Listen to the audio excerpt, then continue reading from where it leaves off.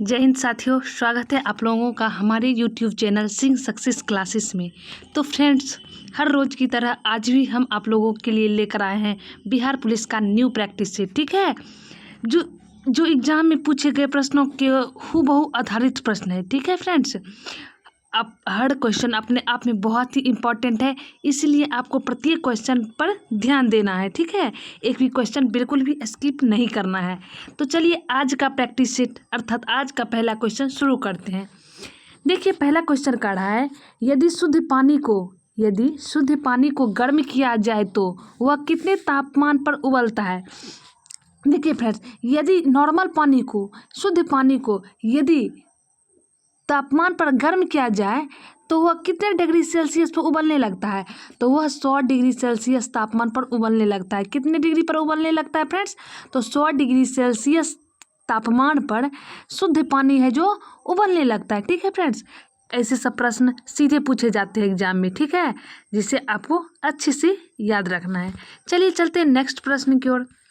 देखिए, अगला कड़ा है, तापमान को किस इकाई पे मापा जाता है। तो तापमान को किस इकाई में मापा जाता है? तो डिग्री सेंटीग्रेड में। किस में? तो डिग्री सेंटीग्रेड में तापमान को मापा जाता है। किस में? डिग्री सेंटीग्रेड में तापमान को मापा जाता है। ठीक है फ्रेंड्स, चलिए चलते हैं अगले प्रश्न की ओर। देखिए अगला प्रश्न क्या कह रहा है। अगला कह रहा है, कार्य करने की क्षमता क्या कहलाती है। तो कार्य करने की क्षमता ऊर्जा कहलाती है। क्या कहलाती है? तो कार्य करने की क्षमता क्या कहलाती है फ्रेंड्स? तो कार्य करने की क्षमता ऊर्जा कहलाती है। इस बात को आपको याद रखना है। चलिए चलते हैं अगले प्रश्न की ओर। देखिए अगला क्या कह रहा है। अगला कह रहा है, निम्न में से किसने पहली आधुनिक मोटर कार बनाया। पहली आधुनिक मोटर कार किसने बनाया था? पहली आधुनिक मोटर कार तो हेनरी फोर्ड बनाए थे। कौन बनाए थे? पहली आधुनिक मोटर कार। तो पहली आधुनिक मोटर कार बनाने का श्रेय हेनरी फोर्ड को जाता है। किन्हें जाता है? तो हेनरी फोर्ड, आपको याद रखना है। तो ऑप्शन नंबर ए करेक्ट हो जाएगा। चलिए चलते हैं अगले प्रश्न की ओर। देखिए अगला प्रश्न क्या कह रहा है। अगला कह रहा है, सुपरसोनिक जेट की चाल होती है। सुपरसोनिक जेट की चाल क्या होती है? तो ध्वनि के वेग से अधिक। किसके वेग से अधिक? तो ध्वनि के वेग से भी अधिक तेज सुपरसोनिक जेट की होती है। ठीक है, किससे अधिक होती है? तो ध्वनि के वेग से भी अधिक चाल सुपरसोनिक जेट की चाल होती है। ठीक है friends, option number A correct हो जाएगी कि ध्वनि के वेग से अधिक सुपरसोनिक जेट की चाल होती है। चलिए चलते हैं अगले प्रश्न की ओर। देखिए अगला कह रहा है, क्या कह रहा है, निम्नलिखित में से किसने गुरुत्वाकर्षण के नियमों की खोज की थी। तो गुरुत्वाकर्षण के नियम का खोज कौन किए थे? तो न्यूटन साहब किए थे। कौन किए थे गुरुत्वाकर्षण के नियम की खोज? तो न्यूटन किए थे गुरुत्वाकर्षण के नियमों की खोज। तो ऑप्शन नंबर ए करेक्ट हो जाएगा। ठीक है फ्रेंड्स, तो चलिए चलते हैं अगले प्रश्न की ओर। देखिए अगला प्रश्न क्या कह रहा है। कह रहा है, प्रकाश वर्ष किसकी इकाई है। ये बिहार पुलिस का पूछा हुआ प्रश्न है। ठीक है फ्रेंड्स, कह रहा है प्रकाश जो वर्ष है वो किसकी इकाई है। तो वो दूरी का इकाई या मात्रक कह सकते हैं। ठीक है, किसका है? तो फ्रेंड्स दूरी का है। प्रकाश वर्ष किसकी इकाई या मात्रक है?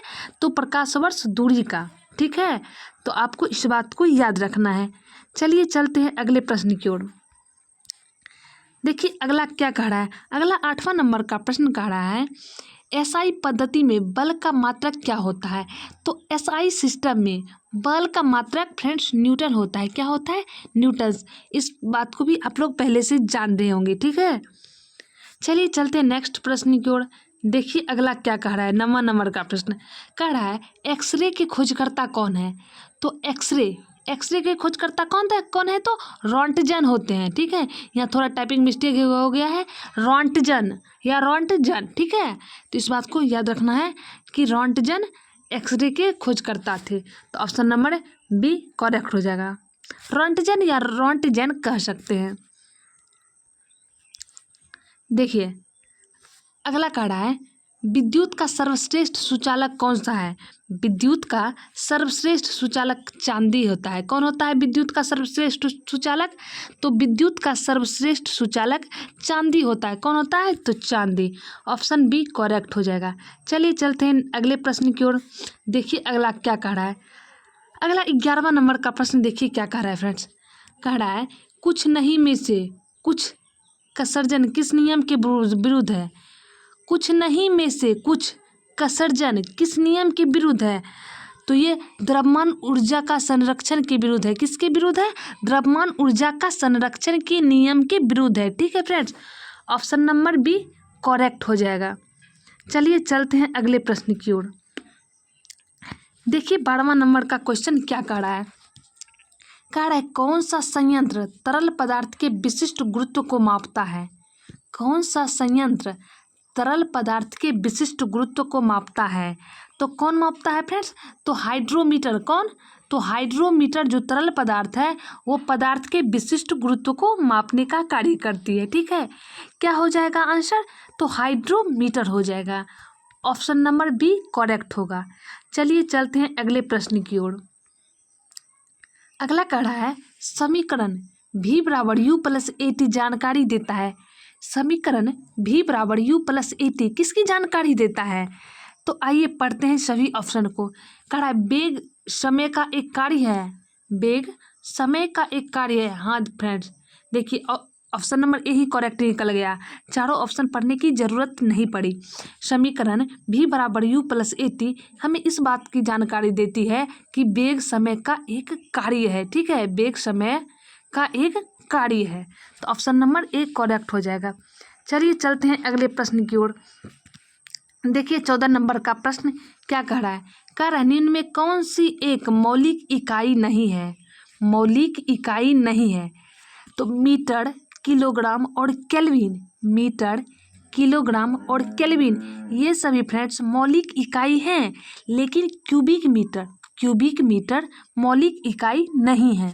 क्यूबिक मीटर मौलिक इकाई नहीं है, इस बात को आपको याद रखना है।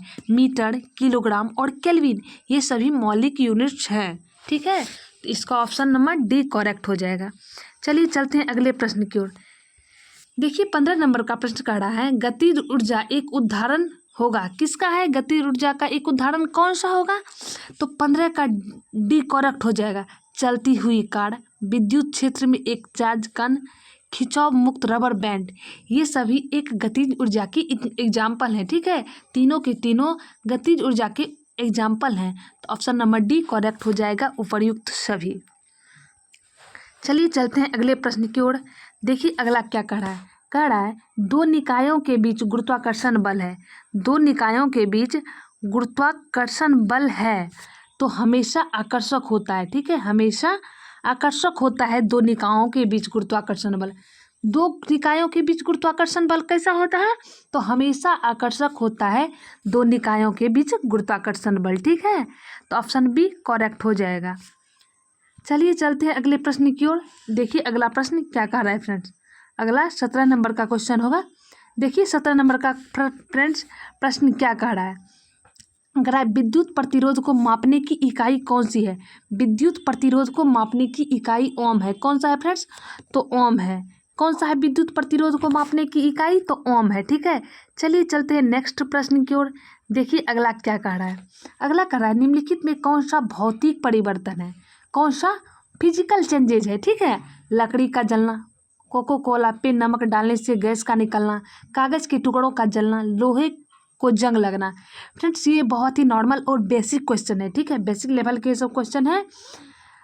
हम चाहते हैं फ्रेंड्स कि आप लोग इस सवाल का जवाब कमेंट बॉक्स में कमेंट करके दें। ठीक है, ऐसे भी आप लोग कमेंट करते नहीं हैं, आप लोग इस प्रश्न का उत्तर कमेंट करके जरूर दीजिएगा। चलिए चलते हैं अगले प्रश्न की ओर। देखिए कह रहा है 19 नंबर का क्वेश्चन। ठीक है फ्रेंड्स, देखिए 19 नंबर का क्वेश्चन थोड़ा न्यूमेरिकल पर आधारित है। आइए इसको समझते हैं। फिर फ्रेंड्स कह रहा है यदि दो बल्ब 150 वाट 60 वाट के हैं तो किस बल्ब का प्रतिरोध अधिक होगा। देखिए कह रहा है यदि दो बल्ब 150 वाट और एक 60 वाट का है तो किस बल्ब का प्रतिरोध अधिक होगा। देखिए फ्रेंड्स जो बल्ब जितना कम वाट का होगा, जो बल्ब जितना कम वाट का होगा उसका प्रतिरोध उतना अधिक होगा। क्या कहे समझे फ्रेंड्स कि जिस बल्ब का जो वाट जितना कम होगा उसका प्रतिरोध उतना अधिक होगा। जिस बल्ब का वाट जितना कम होगा उसका प्रतिरोध उतना ही अधिक होगा। तो 60 वाट कम है, इसीलिए इस बल्ब का प्रतिरोध अधिक होगा। तो ऑप्शन नंबर बी करेक्ट हो जाएगा कि 60 वाट। जिस बल्ब का वाट कम होता है उसी का प्रतिरोध अधिक होता है। तो ऑप्शन नंबर बी करेक्ट हो जाएगा। चलिए देखिए अगला प्रश्न क्या कह रहा है फ्रेंड्स। देखिए अगला क्या कह रहा है, 20 नंबर का प्रश्न। ये भी न्यूमेरिकल पर आधारित है। इस प्रश्न को भी समझते हैं फ्रेंड्स, ठीक है, अच्छी से। देखिए हल्का फल्का, ये भी हल्का क्वेश्चन है, ठीक है, कभी कभी न्यूमेरिकल पूछ लिया जाता है, ठीक है, छोटा छोटा प्रश्न। देखिए 20 नंबर का प्रश्न क्या कह रहा है, कह रहा है एक लड़के द्वारा 1 किलो की वस्तु को ऊपर की दिशा में, एक लड़के द्वारा 1 किलो की वस्तु को ऊपर की दिशा में 1 मीटर की दूर तक उठाए जाने पर लड़कों द्वारा किया गया कार्य पूछ रहा है। किया गया कार्य वर्क पूछ रहा है, ठीक है। तो कार्य पूछ रहा है तो हम कार्य निकालेंगे फिर। देखिए 1 किलो की वस्तु है जो, देखिए वस्तु या द्रव्यमान, ठीक है, कह सकते हैं। द्रव्यमान का मात्रक क्या होता है, द्रव्यमान का मात्रक केजी होता है, ठीक है। यहाँ किलो में दिया हुआ है, द्रव्यमान दिया हुआ है, वस्तु 1 किलो, ठीक है। तो कार्य बराबर क्या होता है फ्रेंड्स, तो बल गुना दूरी होता है। क्या होता है फ्रेंड्स, तो कार्य बराबर बल गुना दूरी होता है, ठीक है। तो दूरी तो दिया हुआ है 1 मीटर, दिया हुआ है ना, दूरी 1 मीटर दिया हुआ है और बल नहीं दिया हुआ है, ठीक है। तो हम बल बराबर निकालेंगे। तो बल अर्थात F बराबर क्या होता है, एम क्या है यहाँ, एम मास और ए क्या है त्वरण। एम क्या है, मास द्रव्यमान, और ए क्या है, त्वरण। तो ठीक है फ्रेंड्स, तो और यहाँ एम क्या हो जाएगा, मास 1 किलो हो जाएगा। 1 किलो की वस्तु थी तो मास 1 किलो हो जाएगा, गुने ए त्वरण कितना हो जाएगा, 9.8। यहाँ से फ्रेंड्स साफ करते हैं, ठीक है, जगह तो नहीं है, यहाँ से थोड़ा सा कट करते हैं, ठीक है। क्या हो जाएगा, F बराबर एम ए निकाले थे ना फ्रेंड्स, बल बराबर एम ए कहाँ क्या है, मास है, ठीक है, और ए क्या है, त्वरण। तो मास हमें कितना दिया हुआ है, तो 1 kg, 1 गुने त्वरण कितना है, तो त्वरण 9.8, गुरुत्वीय त्वरण कितना हो जाएगा, 9.8। तब कितना हुआ, 1 गुना 9.8 करेंगे तो कितना होगा, 9.8 ही होगा, ठीक है। तो निकल गया, बल कितना निकला, 9.8, ठीक है। तो W बराबर क्या निकाले थे, W बराबर, काहे की कार्य पूछ रहा है ना, W बराबर क्या था, बल गुने क्या था, दूरी था फ्रेंड्स। तो बल मेरा निकल गया, कितना था, बल क्या निकला, बल 9.8 और दूरी कितना था, 1 मीटर दूरी था। तो फिर टोटली 1 से गुना कर देंगे।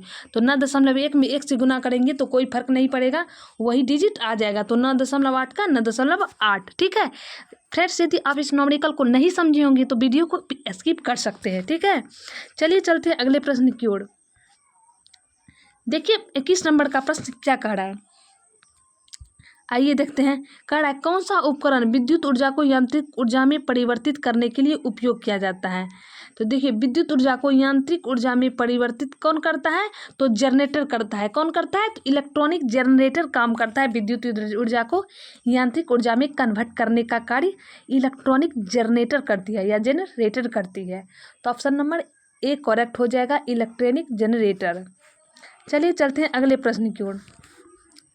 देखिए अगला 22 नंबर का प्रश्न क्या कह रहा है, कह रहा है जब वेग समय एक ग्राफ एक सीधी रेखा समय अक्षांश के समांतर हो। तो देखिए कह रहा है जब वेग के समय एक ग्राफ एक सीधी रेखा के समय अक्षांश की जब समांतर होती है तो क्या होता है, तब उसका वेग शून्य होता है। क्या होता है, तब उसका वेग शून्य हो जाता है, ठीक है फ्रेंड्स।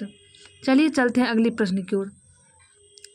देखिए अगला 23 नंबर का प्रश्न क्या कह रहा है फ्रेंड्स, कह रहा है गुरुत्वाकर्षण त्वरण छोटी जी का मान किसके साथ घटता है। तो किसके साथ घटता है, तो ऊंचाई के साथ घटता है। किसके साथ घटता है गुरुत्वाकर्षण त्वरण छोटी जी का मान, तो ऊंचाई बढ़ने के साथ गुरुत्वाकर्षण त्वरण छोटी जी का मान घट जाता है, ठीक है। ऊंचाई बढ़ने के साथ गुरुत्वाकर्षण त्वरण अर्थात छोटी जी का मान ऊंचाई बढ़ने के साथ घट जाता है। तो ऑप्शन डी करेक्ट हो जाएगा। चलिए चलते हैं अगले प्रश्न की ओर। देखिए 24 नंबर का प्रश्न क्या कह रहा है, कह रहा है धातु विद्युत शुद्धिकरण में कैथोड बना होता है। धातु विद्युत शुद्धिकरण में कैथोड किसका बना होता है? तो जो शुद्ध धातु की पतली परत की बनी होती है। किसकी बनी होती है? तो शुद्ध धातु की पतली परत की बनी होती है। तो ऑप्शन नंबर 1 करेक्ट हो जाएगा। ठीक है, तो चलिए चलते हैं अगले प्रश्न की ओर। देखिए 25 नंबर का प्रश्न क्या कह रहा है? कह रहा है एक श्रृंखला परिपथ में 3 प्रतिरोध 140 ओम, 250 ओम और 220 ओम में हो तो परिपथ का कुल प्रतिरोध कितना होगा? तो कुल रेसिस्टेंस पूछ रहा है। ठीक है फ्रेंड्स, कुल पूछ रहा है तो तीनों को हमें ऐड कर देना है। 140 ओम को, 250 ओम को प्लस 220 ओम को। यदि आप इन तीनों को जोड़ते हैं तो 610 ओम इसका आंसर हो जाएगा। ठीक है फ्रेंड्स, तो कुल ज्ञात करने के लिए कह रहा था, कुल रेसिस्टेंस पूछ रहा था, तो 610 ओम करेक्ट हो जाएगा ऑप्शन बी। चलिए चलते हैं अगले प्रश्न की ओर। देखिए अगला कह रहा है एक कार और भरी हुई एक भरी हुई ट्रक रास्ते पर समान गति से चलते हैं। ट्रक से तुलना की जाए तो कार धारण करेगी। तो ट्रक से यदि कार की तुलना की जाएगी तो क्या धारण करेगी? तो कम गतिज ऊर्जा। क्या निकलेगा? कार का कम गतिज ऊर्जा। कार की क्या ऊर्जा होगी? तो कम गतिज ऊर्जा निकलेगी कार की। ठीक है, कार की। चलिए चलते हैं अगले प्रश्न की ओर। देखिए 27 नंबर का प्रश्न कर रहा है रबर से स्टील अधिक लचीला होता है, क्यों? रबर से स्टील अधिक लचीला किन कारणों से होता है? तो प्रतिबल का विकृति से अनुपात अधिक होता है। इन वजहों से रबर से स्टील अधिक लचीला होता है। ठीक है, तो ऑप्शन नंबर सी करेक्ट हो जाएगा कि रबर के लचीला होने का कारण प्रतिबल का विकृति से अनुपात का अधिक होना। ठीक है, चलिए चलते हैं अगले प्रश्न की ओर। देखिए 28 नंबर का प्रश्न क्या कर रहा है निम्नलिखित में से किसके लिए केशिकत्व एकमात्र कारण नहीं है? तो किसके लिए केशिकत्व एकमात्र उदाहरण नहीं है फ्रेंड्स? वो है स्याही सोखना। इसके लिए केशिकत्व का उदाहरण है स्याही सोखना, केशिकत्व का उदाहरण है। सूती कपड़ों पर पानी की बूंद का फैलना, ये भी केशिकत्व का उदाहरण है। पौधों की जड़ों से उनके पत्ती तक पानी का ऊपर उठना, ये भी केशिकत्व का उदाहरण है। लेकिन भूमिगत जल का ऊपर उठना ये केशिकत्व का उदाहरण नहीं है फ्रेंड्स। ठीक है, भूमिगत जल का ऊपर उठना ये केशिकत्व का उदाहरण नहीं है। तो ऑप्शन बी करेक्ट हो जाएगा। ठीक है फ्रेंड्स, देखिए फ्रेंड्स एक और सूचना है कि आप लोगों की एग्ज़ाम जो है वो 7 अगस्त से कन्फर्म शुरू होने वाली है बिहार पुलिस की। ठीक है, तो इसीलिए आपको एक भी प्रैक्टिस सेट मिस नहीं करना है। ठीक है फ्रेंड्स, एक भी प्रैक्टिस सेट को मिस नहीं करना है।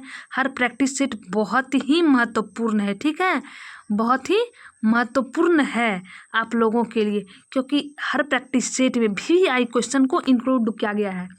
फ्रेंड्स यदि आप लोग हमारी चैनल पर पहली बार आए हैं तो चैनल को सब्सक्राइब कर दीजिएगा। ठीक है, और क्लास को शेयर प्लस लाइक ज़रूर कीजिएगा, इससे हम लोग मोटिवेट होते हैं। और एक प्रश्न हम छोड़े थे कमेंट्स के लिए 18 नंबर का क्वेश्चन, उसे आप लोगों को कमेंट बॉक्स में उत्तर देनी होगी, तो आप लोग ज़रूर दीजिएगा। देखिए 30 नंबर का प्रश्न क्या कह रहा है निम्नलिखित में कौन सदिश राशि है? सदिश राशि कौन सा है? तो सदिश राशि वेग सदिश राशि है। कैसा है? वेग सदिश राशि है। द्रव्यमान, समय और लंबाई ये सदिश राशि नहीं है, लेकिन वेग क्या है? वेग एक सदिश राशि है। तो ऑप्शन नंबर ए करेक्ट हो जाएगा कि वेग एक सदिश राशि है। द्रव्यमान, समय और लंबाई ये सब अदिश राशि के उदाहरण हैं। चलिए चलते हैं अगले प्रश्न की ओर। देखिए अगला क्या कह रहा है 31 नंबर का प्रश्न कह रहा है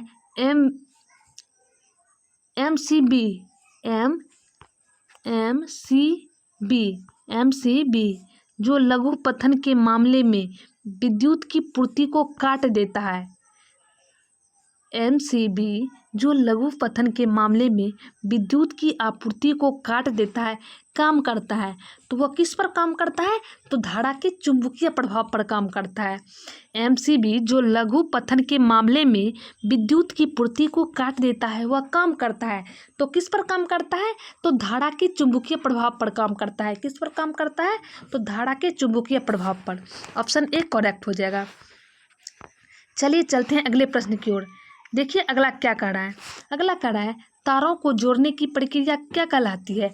तो तारों को जोड़ने की प्रक्रिया श्रृंखला बंधन कहलाती है। क्या कहलाती है?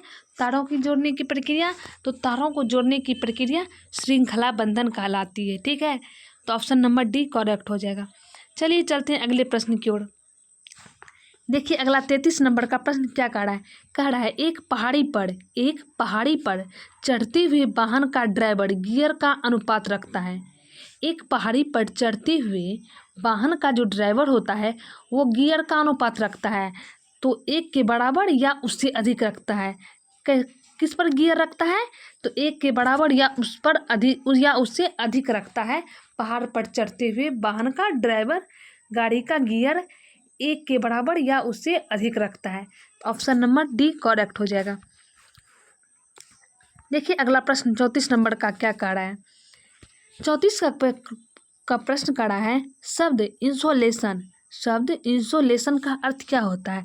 तो शब्द इंसोलेशन का अर्थ होता है आने वाली सौर विकिरण। क्या होता है शब्द इंसोलेशन का या आपतन का? इंसोलेशन कहिए या आपतन कहिए, ठीक है, बात बराबर है। कह रहा है शब्द इंसोलेशन का अर्थ क्या होता है, तो आने वाली सौर विकिरण। इसका करेक्ट आंसर होगा ऑप्शन बी। चलिए चलते हैं अगले प्रश्न की ओर। देखिए 35 नंबर का प्रश्न क्या कह रहा है। कह रहा है बोल्ट मापी यंत्र का उपयोग किसको मापने के लिए किया जाता है। तो बोल्ट मापी यंत्र का उपयोग विभवांतर मापने के लिए उपयोग किया जाता है। किसको मापने के लिए? तो विभवांतर को मापने के लिए बोल्ट मापी यंत्र का उपयोग किया जाता है। तो ऑप्शन सी करेक्ट हो जाएगा। देखिए 36 नंबर का क्वेश्चन क्या कर रहा है। कह रहा है न्यूटन के पहले सिद्धांत को यह भी कह सकते हैं। तो न्यूटन के पहले सिद्धांत को क्या कह सकते हैं? तो न्यूटन के पहले सिद्धांत को जड़त्व का नियम भी कहते हैं। क्या कहते हैं? तो न्यूटन के पहले नियम को या न्यूटन के पहले सिद्धांत को जड़त्व का सिद्धांत या जड़त्व का नियम भी कह सकते हैं। ऑप्शन बी करेक्ट हो जाएगा। देखिए 37 का प्रश्न क्या कर रहा है। कह रहा है निम्न में कौन सी सदिश मात्रा है। सदिश मात्रा कौन सी है? तो परिबल नहीं होगा, परिबल नहीं प्रतिबल होगा। क्या होगा? प्रतिबल हो जाएगा। ठीक है, तो सदिश राशि कौन सा है? तो प्रतिबल हो जाएगा, प्रतिबल। तो ऑप्शन ए करेक्ट हो जाएगा, सदिश मात्रा प्रतिबल है। देखिए 38 नंबर का प्रश्न कर रहा है एम्पियर किसकी इकाई है। तो एम्पियर विद्युत धारा की इकाई है। किसकी है एम्पियर इकाई? तो विद्युत धारा की। ऑप्शन बी करेक्ट हो जाएगा। चलिए चलते हैं अगले प्रश्न की ओर। देखिए कह रहा है किसी माध्यम में ध्वनि का वेग अधिकतम होता है। किस माध्यम में ध्वनि का वेग अधिकतम होता है? तो ठोस में। किस में होता है ध्वनि का वेग अधिकतम? तो ठोस में। उसके बाद द्रव में, उसके बाद गैस में। सबसे अधिक ध्वनि का वेग किस में होता है? तो ठोस में, उसके बाद द्रव में, उसके बाद गैस में। तो ऑप्शन ए करेक्ट हो जाएगा, सॉलिड, ठोस। चलिए आज का अंतिम प्रश्न देखते हैं। देखिए अंतिम प्रश्न का है ध्वनि की तीव्रता निर्धारित होती है। ध्वनि की तीव्रता किससे निर्धारित होती है? तो आयाम से। किससे होता है? तो आयाम से ध्वनि की तीव्रता निर्धारित होती है। किससे होती है ध्वनि की तीव्रता निर्धारित? तो ध्वनि की तीव्रता आयाम से निर्धारित होती है। तो आज के लिए इतना ही, मिलते हैं नेक्स्ट प्रैक्टिस सेट में।